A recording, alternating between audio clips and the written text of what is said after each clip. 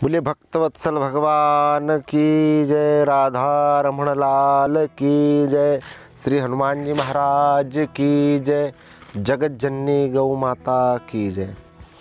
प्रिय साथियों, आज हम जिस धरा पर खड़े हैं, यह पावन धरा कोई साधारण नहीं है। यह गौ माता की धरा है। आदि शक्ति जगत जननी पराम्बा भवानी माँ गौ माता यहाँ पर वास करती है। ये रानीपुर क्षेत्र के पास बड़ी ही सुंदर गौशाला है। माधव गौशाला के नाम से प्रसिद्ध है।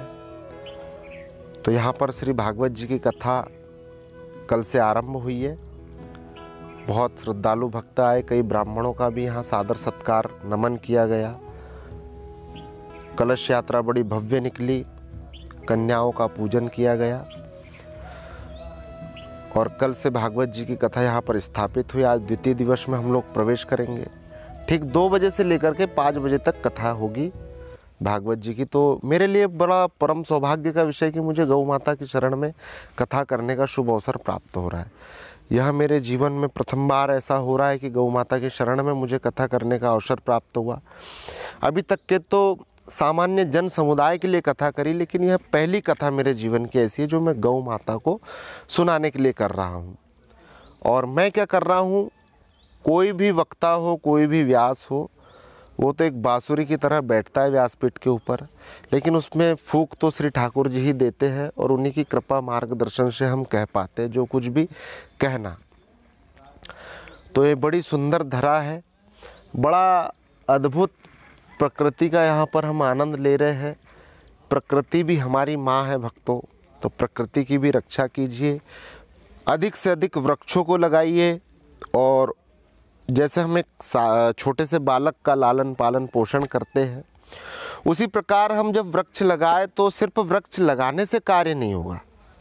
वृक्षों को भी लगाइए और वृक्षों को लगाने के पश्चात वृक्षों की रक्षा कीजिए और उससे समय समय पर जल प्रदान कीजिए और उसकी रक्षा कीजिए।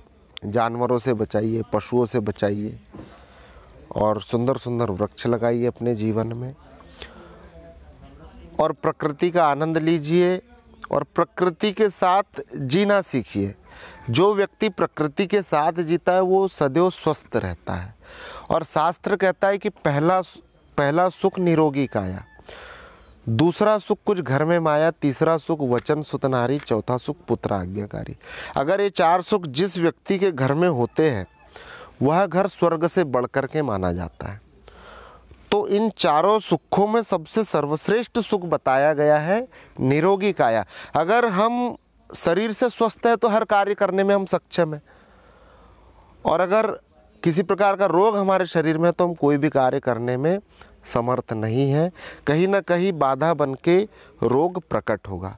तो हमें स्वस्थ रहना है, पहला सुख निरोगी काया। और स्वस्थ रहना चाहते हो तो जगत जननी गौ माता की सेवा करो और प्रकृति से जुड़ो और जड़ी बूटियों का सेवन करो। अत्यधिक दवाइयों का सेवन न कीजिए, जड़ी बूटियों का सेवन कीजिए।